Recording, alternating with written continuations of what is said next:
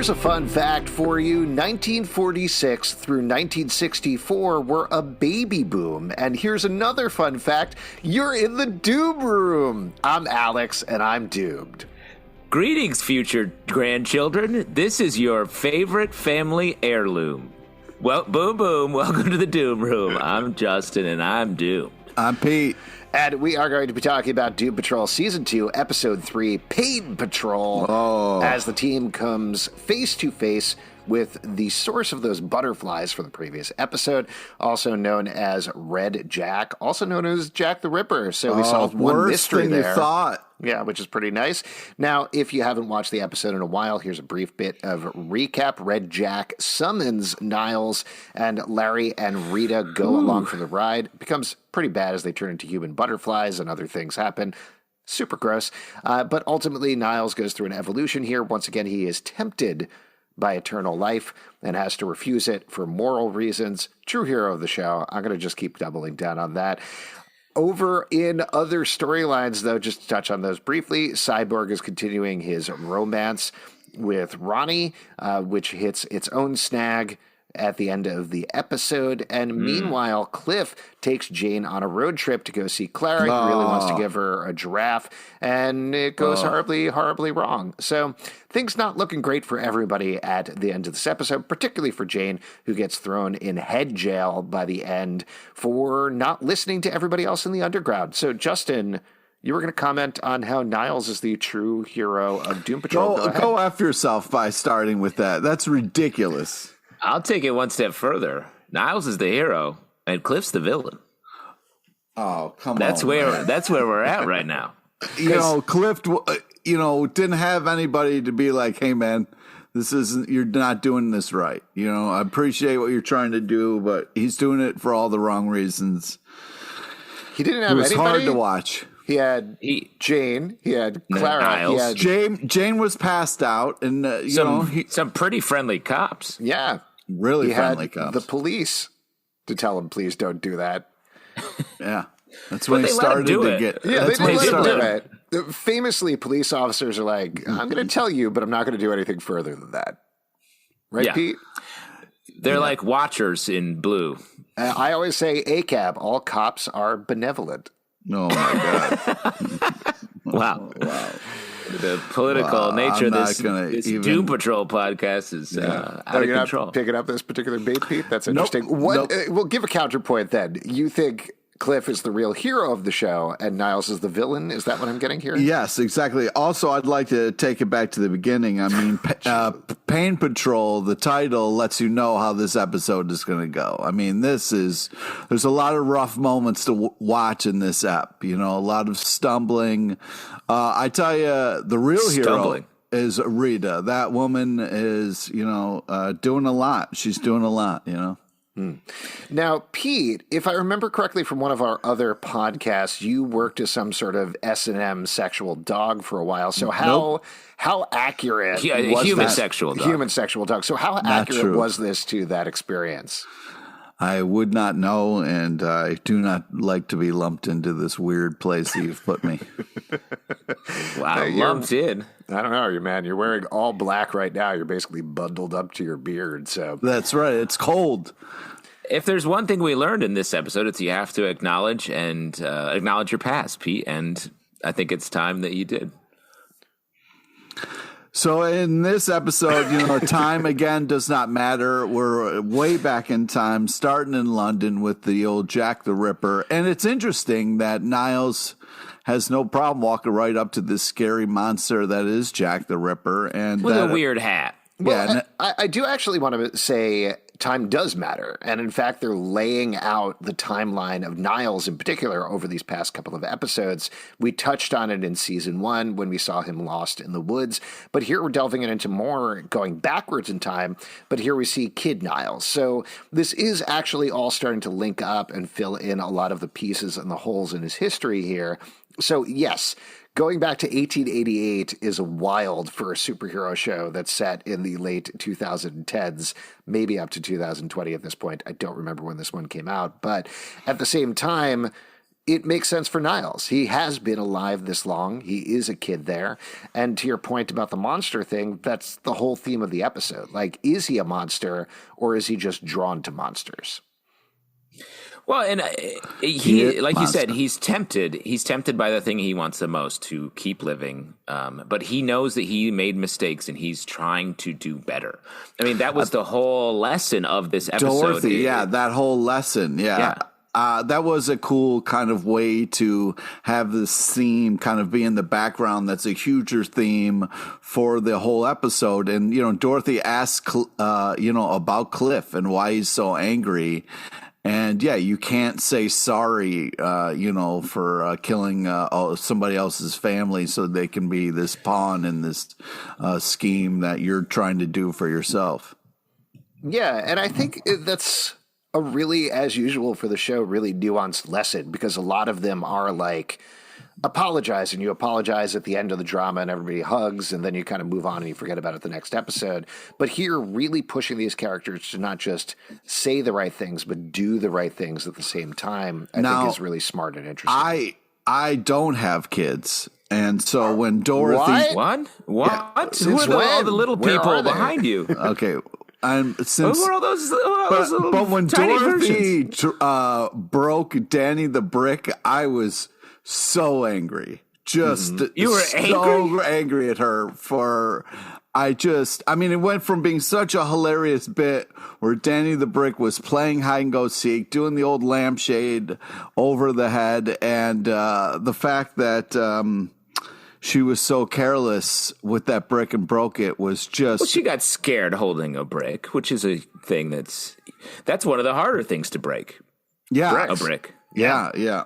But she managed to That's why we build houses out of them rather than lamps. Yeah, or children for that matter. I tried building a house out of children one time, from my time as a witch in the woods.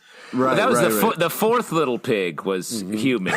It was straw, sticks, bricks, and humans. The wolf got up to that house and was like, oh, this is fucked up. Oh, fuck yeah. The wolf was like, all right, dinner time. Bone-in steaks for me. All right, this is awful. But as, parents... These are the nursery rhymes that you have to tell your kids. The four little pigs. Oh my God. Goldilocks and the human skin bowls. This is really gross. What stories did you grow up hearing? I feel like these don't seem familiar to you, Pete. No. Yeah. Did you ever hear the one about Rapunzel let down your skin? Oh. Yeah. Oh. What about Hansel and the Human Centipede? You know that one, right? This is not fun. Can we please... talk about anything. You didn't, as parents, were you guys like, oh, classic kid move, the one thing they're not supposed to break? Sure, that. I thought you were getting to, did you look at that and be like, oh no, that time that you broke your children in half? Because no, I haven't necessarily done that. Congratulations. Thank you very much. I did think it was fun. I thought it's interesting to me that you're focusing on it this much, and I'm not saying this is a knock. To me, this was more a plot movement than anything else, because we do have whatever is going on with Danny in the background. What do you mean the background? Like, I couldn't get past, once the brick was broken, I needed Niles to let us know that Danny is going to be okay, because I was a mess after the brick was broken, because nobody was letting us know if Danny's completely dead or if there's any hope for Danny the Street.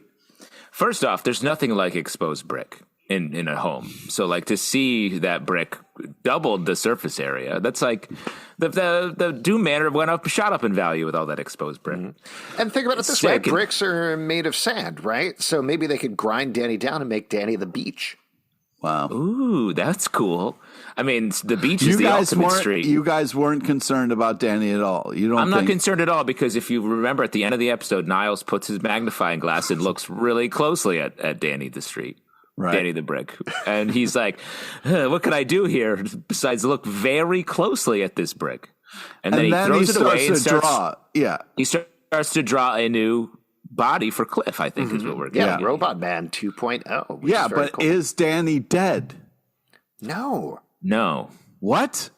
No. How do you guys know that?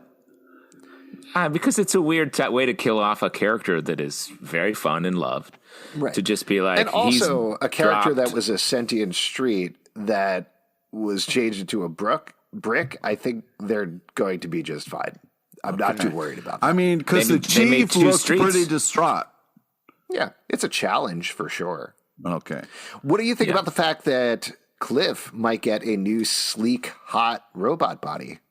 Cool and svelte for the summer, ready to play on Danny the Beach? Ooh. Summer body. I think it's that. Well, we had a couple movements here to talk about the Niles Cliff stuff. Cliff coming in being just an absolute maniac asshole at the top of the episode. Just like, and even Niles is like, hey, dude, you're so angry. Get out of here with this. This is not, you're not helping anything. So I'm sorry, just real quick. If somebody you knew murdered your whole family, you would be cool with his special breakfast time? You wouldn't. I guess I'm saying being such an outright, I would try to deal with this situation. I would either leave if I had to and go be a robot man on my own space and time. Right. Or I would try to be understanding of the situation and talk to Niles. Coming down every day and being an even worse asshole is not a workable solution here. I mean, once you murder somebody's family, you got to expect, hey, this person's going to be kind of an asshole to me. You got to respect the breakfast time. I think that's the important lesson here. Is I understand there's a lot of stuff going on, but a man's breakfast is his breakfast. It's the first meal of the day. It's the most important meal of the day. It's not. Really sets you up for how the whole day is going to be. So imagine you go down to an IHOP and suddenly everybody from every family you've murdered comes down and starts yelling at you, Pete. You'd be pretty upset. You'd be like, I'm trying to eat my Rudy Tooty Fresh and Fruity here. Leave me alone, you know? I love the specifics, but yeah, you're way off on that. You wouldn't order the Rudy Tooty Fresh and Fruity? Is that the detail that I missed? Yeah, I would not. Yeah, everything else right on the level. Exactly. Okay. Yeah. Right. Famously, George Washington and King George had breakfast every morning before they would go off and fight in the Revolutionary War. Yeah. They'd say, well, see you later. Give each other a kiss on the lips, or wooden teeth, if you will, with George Washington. And then head off to battle. You guys really know your history. That's right. I've seen Hamilton. That's one of that is. And King George and George Washington faced off in a Mortal Kombat-like challenge when George Washington famously get overheard him and then tore out his spine. Yeah. And it all started, a lot of people don't know this about the Revolutionary War, the fact that they had the same name, right? Like King George Washington. Nobody talks about that. Yeah. Come on. It was a dispute. Yeah, because they were about to fight, and they were like, wait, your name's George? Is your mother named Martha? Why'd you say that name? Yeah. It's my name. Oh, it's my name too. Oh, cool. Oh, that's nice. Yeah. Let's have breakfast, nice. I guess. Yeah. Well, we haven't gotten too far afield. I agree with Justin about Cliff. I understand what you're saying, Pete, that yes, Cliff is in the right in terms of his emotions, but the way that he is dealing with it is increasingly unhinged. And that comes out with also just walking up to Clara's door and being like, hey, I'm your dad. I got changed into a robot. That's why I've been gone for the past couple of decades is an insane thing to tell somebody. Right. And particularly after all this buildup, particularly after it was so sweet and gentle and calm in the last season where he really came to this realization of her life is better, to have a total reversal there and turn it to complete shit, as I think he owns up to at the end of the episode, is over the top. So I don't know if he's hit rock bottom at this point, but there's definitely, he's close to it. Like he is at a low point here. Things are going wrong, even worse than when the rat was in his head. Wow. It feels like there's other bugs or rodents in his head the way he was acting at Clara's. That was wild. Like just not in any world something a person would do. So that was hard to watch, I think. But on the Niles side, I think, he's being tortured by Red Jack. And one of the main ways that he's tortured is he's meant to feel like what it's like to be in a robot body. And I think that torture lets him into Cliff's head. And I think that's what inspires him to, in the end, try to help Cliff with the new robot man body. Yeah, he finally gets to understand a little bit of how awful it is to kind of be a brain in a tin can that can't feel anything. But I think if Cliff had been able to sort of talk about his feelings and not just scream obscenities, maybe this understanding would have come a little bit easier. Once somebody says, I murdered your whole family, it's hard to work through that so you can get to a place. Well, I hesitate to keep bringing this up. Is it over breakfast or not? Because I feel like that's kind of an important element that needs to be addressed. That's true. Yeah. Address the breakfast. Let's talk about Jane, because she is kind of part of that storyline as well as Pete. Well, just real quick before we move on, one final thing on this. That's why, like, just a little sort of life hack. Whenever you're in a fight, like late night at the bar and like things are getting escalated, I always carry 2 eggs in my pocket. So if fists start to come out, quickly whip up an omelet, fight over. Wow. Can't fight over breakfast. Do you carry a hot plate and stuff, or just heat it up on your own body? Yeah. It's a little tricky. You have to improvise. Sometimes taking a candle and quickly shaking it up. Wow. Yeah, you know the phrase where they're like, the sidewalk's hot enough to cook an egg on it, and sometimes they're like, yo, that guy has abs sharp enough to grate cheese on. You actually have the opposite. You have abs that are sharp enough to cook an egg on. And a sidewalk. You should watch my cooking show where I shred cheese off a yoked dude's abs, cook on the floor. Also, thank you for letting me go on long enough with that I really dug a hole for myself in terms of what I was talking about. I think if there's nothing we'd take care of each other more is waiting till the hole's finished before we pull you out of it. I was thinking that before you were about to fight, you would just be like, hey, wait, and then you would throw the egg in your face. And then be like, man, in the other person's face? No, your own face. And then be like, man, do I have egg in my face? And then you would laugh. And then the other egg, you would make the breakfast. But all right. Very nice. I think that would get me punched. It is a fair technique to pull out 2 eggs and just crunch them in your hands, because that's confusing for people. It's very confusing to be like, what? Yeah. This guy. I don't know if I'd fight that guy after that. Probably not. He's covered in egg. Yeah, it'd be gross. Ugh. No thanks. Let's move over to Jane. She is dealing once again with the Underground, who is very unhappy with her, doesn't want her to be the primary anymore. And in fact, that seems to be what happens by the end of the episode.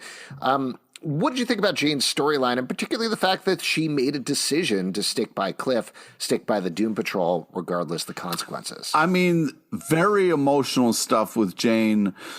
I love the intervention. The whole the driller bit was unbelievable, really funny, so creepy. The ragdoll just sitting in the background the whole time.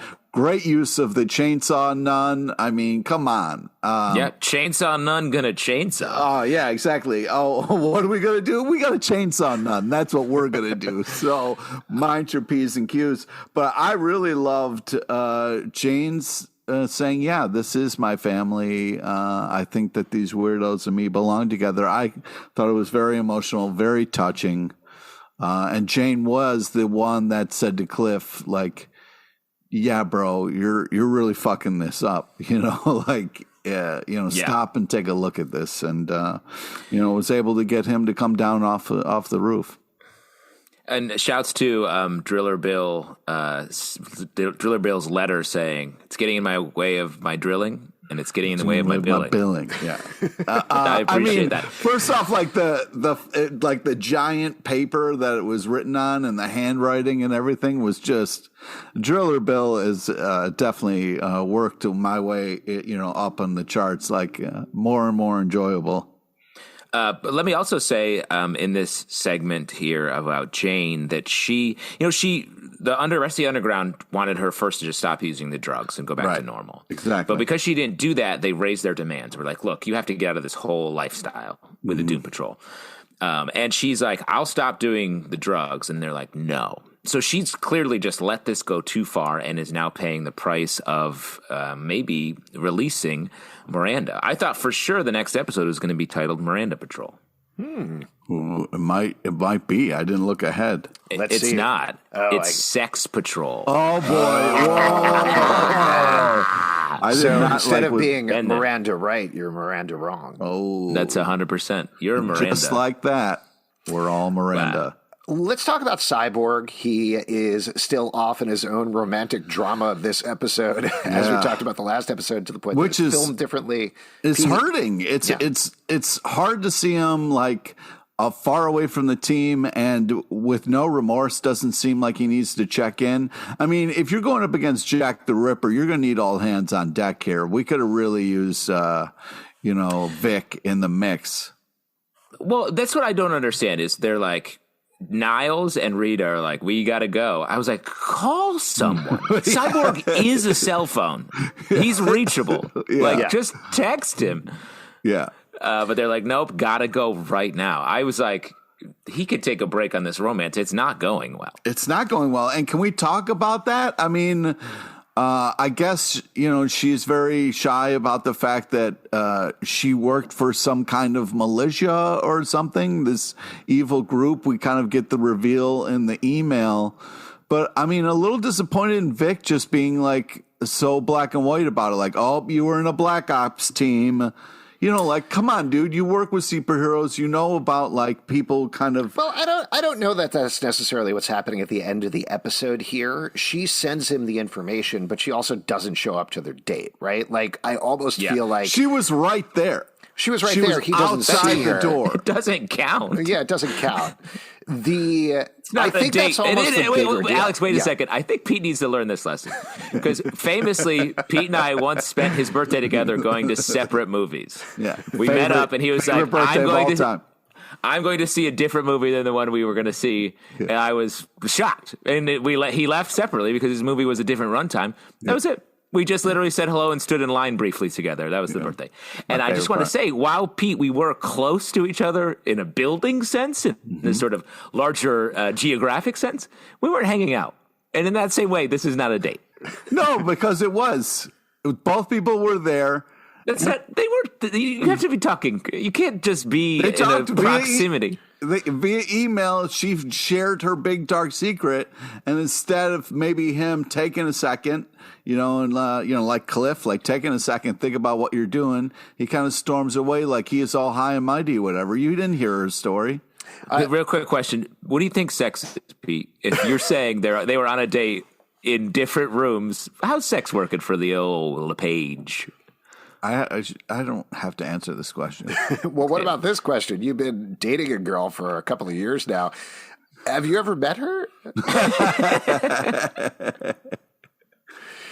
The stuff with Cyborg and Roddy is very good. It is weird to me, like we've been talking about, that it is very much off in its own storyline, but I do think the actors are doing a good job of getting the emotion there. I did think the sex scene was really interesting from a superhero's perspective, just like them trying to figure out what can we touch, how can we get sensation from each other, because she's been horribly burned or scarred by whatever happened to her. He, of course, has a cyborg body. So them feeling this out, it gives it a different level and a more interesting superhero comic book level than what the material is, which is otherwise very straightforward. Well, and he had the classic rescheduled therapy group session email pickup line. That was smooth. That was smooth. I thought it was Tuesdays, classic. And it does also tie into the theme of the episode, which, as Pete pointed out, is right there in the title, which is pain / on the other hand, you got pleasure. That's obviously what Red Jack is dealing with. He's dealing with both things at the same time. So that's what they're figuring out. So it does tie into the overall theme of the episode, even if it does feel like a different thing. But why don't we move over and talk? Wait. Yeah. Whoa. So you said, whoa. You said, do you know what she was doing in her picture there? Because we just saw a picture. She looks like she was part of I'm just saying that I think the thrust of what we're supposed to know at this point is she did something messed up with the military, or like you were saying, a militia or a splinter group or Black Ops in the past, something that is either illegal or on the side of being illegal. And Cyborg is bummed out about it, but I do suspect that whatever she is telling him, she's like, I'm telling you this to drive you away because I drive everybody away. And it'd be like, you can't drive me away because I love you, because I've seen this plot before. Not just literally seen these episodes, but we've seen the way this thrust That's goes. happened to you in your relationships before, Absolutely. The large majority of my girlfriends that I have currently while I'm married are all on Black Ops teams. Right. Yeah. It's a great way to keep up from messing up your marriage if they're covert they're like, ops. listen, I can't be with you. I did this messed up Black Ops stuff in my past. I'm like, I can't be with you because I'm married. But I mean, it's one of those things where it's a picture. You know what I mean? Like he gets all bent out of shape. He doesn't know the story. It could be one of those things where she stuck her head one of those little holes and she didn't know it was on the other side of it. You know what I mean? Where it was like pose for these pictures where you're like in a whale body or something. You stick your head That's through. your excuse. That's your excuse for everything. I wasn't there. I wasn't at that nautical fair. That's right. I was sticking my head through a cardboard. That's so fun. Oh man! Listen, I'm sorry, team, I'm late. There's a lot of fucked up shit we've had you do in the past, but this is going to be the worst at all.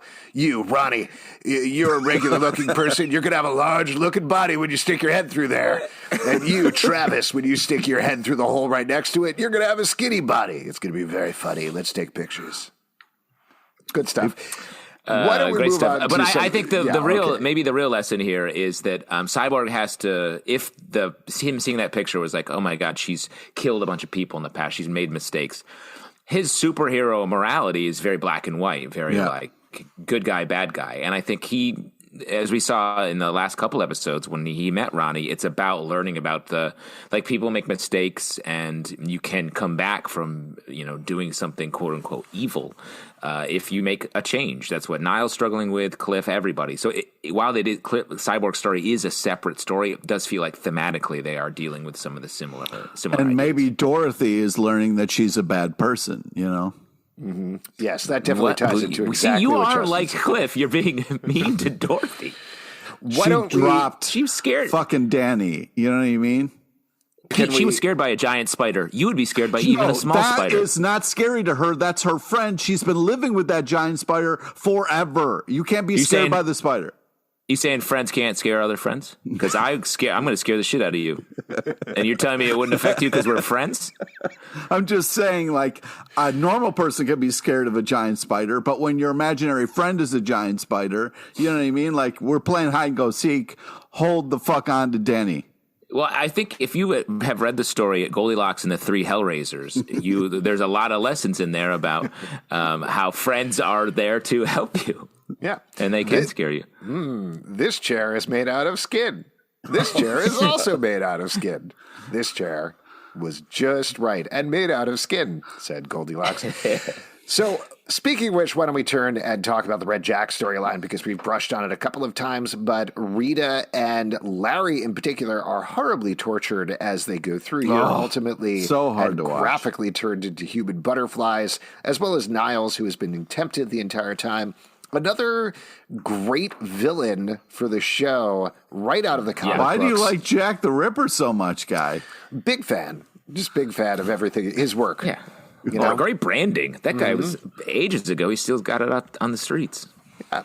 I keep trying to call myself Alex the Terror, and it doesn't, catch on. Huh. Well, we could give it a shot. Yeah, let's see what happens. What did you think about this storyline and what it meant for Larry and Rita? Well, I really like the Rita's sort of trajectory here. She's sort of building up the confidence to be a hero. And this episode, we got to see her struggle through a bunch of stuff and then use her powers in a better way, even though she was being like irradiated by Larry's hands being unwrapped. On top of that, we get these great flashbacks about Rita and Larry connecting back in 1966, which I thought were really sweet and a great break from all of the pain and torture going on in the rest of this episode. Well, all I was going to say was it also ties really nicely into Rita's overall arc, and not that she's done, but it almost brings it to a close in a way, because when she first got her powers, or whatever you want to call them, there was that cameraman with one arm, right, that kind of threw her. So there's always been this thing that she's had with people who are different or look different, and that comes through in the flashbacks with Larry as well, where she's really put off when she sees all of his scars. She tries to look at it, but that was a weird moment where she was like, "Hey, why don't you open up that gift and I'm just going to watch as you change." Well, I don't think it was give exactly him a like moment. that. She's staring there. She's sitting there staring at him while he's taking off his stuff. Like that's a little like, "Hey, Rita, give me a minute." I mean, that was not exactly what I was taking away from the scene. My point was that by the end, when she saves Larry with no thought about the cost to herself, that does finally bring that to a close. She doesn't care what she looks like. She doesn't care what he looks like.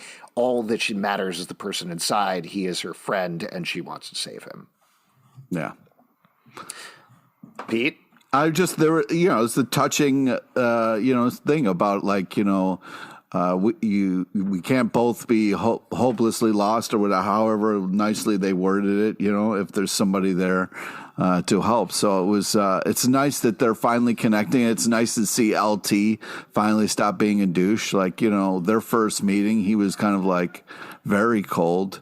So it was nice to see them growing. But again, Rita's the one who's really kind of making huge strides as far as like her growth. It's funny that you can't excuse Larry's pain reaction of being like a little cold, but you can't excuse Cliff being a monster to a child. Well, when your whole family is murdered, you know what I mean? You get a little bit of a pass for a little while. Unless it's breakfast. We've already established unless it's breakfast. Also breakfast included. I want to shout out in the scene we're talking about, the Rita Larry stuff, the great sound perspective work where we're switching in and out of Larry's sound and Rita's sound here. I thought it was such a smart just storytelling device that let us really be in both their heads in a scene that I feel like a lot of other shows would just play pretty straight. Yeah. Any other moments from the episode you want to call out in particular? While we're talking about Rita, I loved her delivery on "Oh God damn it." I think that's when the butterflies showed up. Very fun. Yeah. What else? What other moments jumped out of you? I loved just a bunch of lines I loved. I played an aviatrix in The Spy Who Could Fly. Just great stuff. I'm not a clown. I'm your father from Cliff to Clara. Yeah. Just awful, embarrassing. Another Larry and Rita line, let's be lost causes together. Yeah, that's basically the motto of Doom Patrol. And then Red Jack, if you will not be my charge, you will be my chattel. What does that mean, by the way? Cattle? Yeah. Yeah. It's sort of you ever have cottage cheese? You ever have cottage cheese? Yeah, the chattel is like the thin let me layer finish. on top. Oh, go ahead. That's right. Yeah, there's thin layer on top of cottage cheese. It's chattel. No, it's like it's your meat. It's the cattle. I don't know. I'm blanking on the exact definition. He's just going to eat them. Is basically It's chatty cattle. It's chatty cattle. It's going to be. You're going to be the material that I used, the meat that I used to make other things. I mean, the Jack the Ripper stuff was so intense, so creepy. The torture, like the people who are like chained up as the servants, like just screaming for their lives when we walked by them was so insane. And then just like Jack there, like just pushing in somebody's eyeballs as Niles comes over to him and he's like, "Oh, Niles, oh great." And then just like walking by two people playing the violin, I'm like, "Oh, somebody's going to get it." And he just pokes her. Just gruesomely awful. And the fact that like he tastes pain and then asks Niles what the pain tasted like, and Niles immediately knew the answer. He was like, "It's ash." Like just a creepy attention to detail. He seems to love it when he gets stabbed to death. He did. He got to burst into butterflies, so that was pretty good. Oh, did you look it up too? Go ahead. I did. Will you want to say it? It's an item of property other than real estate. Chatty cattle. You will be my item of property other than real estate. You wanted Danny the Brick. You could be sort of both real estate and chattel if you want to talk about that. What are you thinking? Just watching this episode, one final thought here is what bugs come out when you guys cut yourself? Mostly worms for me. Pete, what about you? Well, it depends on what kind of cut it is. You know what I mean? An emotional cut. Yeah, sometimes it's dragons and light. You know what I mean? Other dragons and light. Yeah, neither of those are bugs, but go ahead. Yeah. Interesting. Yeah. Wow, this is great. We're learning so much about each other this episode. Yep. I cut myself and there's just one big ant in there. He's like, hello. Wearing a little bowler hat. That's surprising. I was going to say, you're probably an ant, but I guess that's a separate thing. I did like Niles's move of stealing his knife and then stabbing him with it. Mm-hmm. Pretty badass.